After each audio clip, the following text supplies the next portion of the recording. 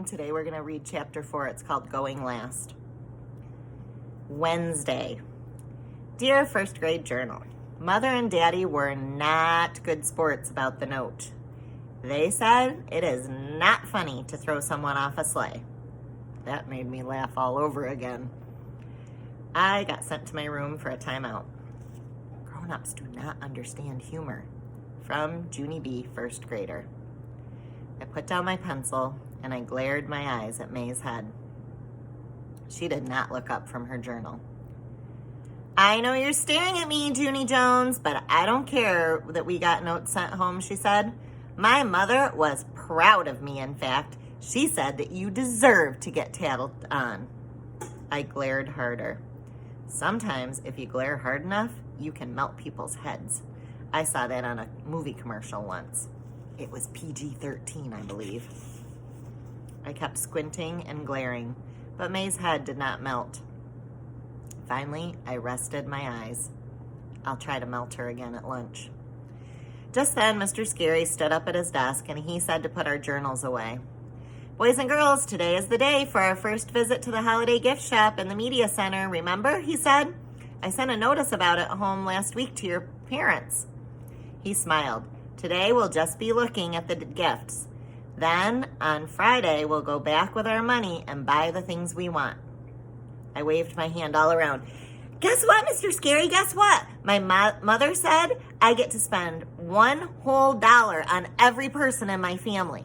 And that adds up to $5 entire, I said. Lucille raised her hand. I can spend all the money in the world, she said. I'm rich. She stood up and fluffed herself. My family has more money than you can shake a stick at. Mr. Scary stared at her for a really long time.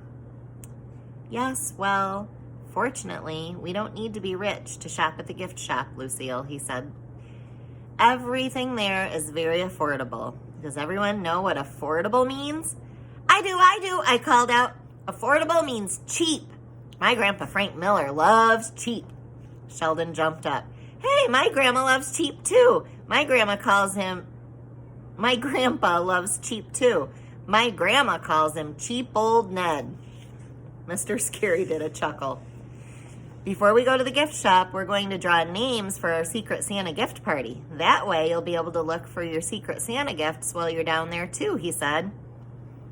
We've been talking about this party all week. Can anyone tell me the most important rule of being a Secret Santa? Room 1 shouted the rule together. You must keep the secret. Mr. Scary did a thumbs up. Yes, excellent. After you pick your name today, you must keep the name a secret, he said. If you don't keep the secret, then you're really not a Secret Santa, are you? After that, he carried around a basket with everyone's names in it, and all of the children closed their eyes and they picked a name. Only too bad for me, because I am in the very last seat of the very last row. And so when Mr. Scary finally got to me, there was only one name left in the whole entire basket. And here is the dumbest part of all. My teacher pretended I should be happy about it. Congratulations, Junie B. Jones, he said. You have the honor of choosing the final name. I drummed my fingers, very annoyed. Okay. See, one name left is not actually called choosing, I said. One name left is called take it or leave it. I crossed my mad arms. I hate being in this seat, Mr. Scary. I hate it. I get all the bad stuff back here, I said. Even on the first day of school, I got the only crayons that were already used. Mr. Scary looked up at the ceiling. Yes, Junie B., I know that. We all know that, he said. You mention it every time we color. I looked at some of my friends. Did I mention that my red crayon wasn't even pointy? 'Cause it wasn't, you know. My red crayon was already... Roundy, said Lenny. Yes, you told us that already. I drummed my fingers some more. Did I mention that my greenie was broken in half? I asked. My greenie was a teensy little... Stubby, said Jose. See, you told us that too. Mr. Scary handed me the last name.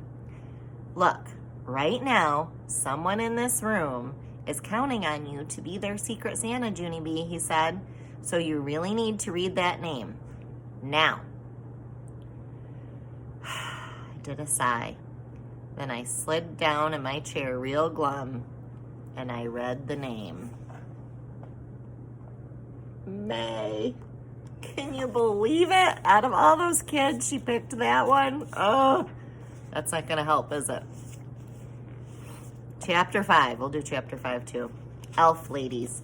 My head clunked down on my desk real hard. Mr. Scary read the name on my paper. I raised up and looked at him. Then I clunked my head back down again. Mr. Scary said to please knock off the clunking. He took my hand and stood me up. Boys and girls, Junie B needs a little bit of help reading the name, he said. We'll be right back. Then, quick as a wink, he hurried me into the hall and he closed the door. I crossed my mad arms again.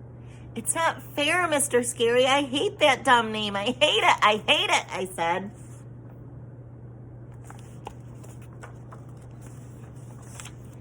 My teacher snapped his fingers.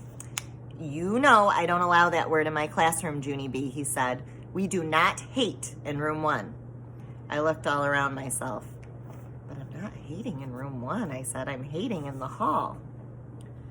Mrs. Handy would not like that at all. Mr. Scary looked at me. We don't hate in the hall either, he said. I raised my eyebrows, real curious. Really? No kidding, I said. A lot of children would be surprised to hear that. Mr. Scary bent down next to me. Look, I know you and May aren't the best of friends, he said, but this is the time of peace and goodwill, remember? And being a Secret Santa to someone you don't like is the truest form of goodwill there is. I stared at him. How do teachers come up with this stuff? Really, Junie B, he said, if you do something nice for May, you'll feel so proud inside. It will feel like a gift that you've given yourself. I kept staring. Maybe they pick it up at teacher school. After that, he ruffled my hair and he walked me back inside. Pretty soon, all the children lined up at the door and we followed Mr. Scary to the gift shop. The media center is down the hall and round the corner. There was a gift shop lady in an elf hat. Welcome, room 1, she said. Welcome to our holiday gift shop. She smiled at us with big white teeth. I'm the president of the PTO, she said. My name is Mrs. Hooks, but just for today, you can call me Elf Ellen. She looked all around. Some of you might know my son, Jeff. Jeff is a big 3rd grader. Roger raised his hand in the air. I know Jeff Hooks, he said. Jeff Hooks stole my milk money last year. Elf Ellen stood there very frozen. Then she quick pointed across the room. Over there is Elf Wendy. Elf Wendy and I are here to help you with your gift selections.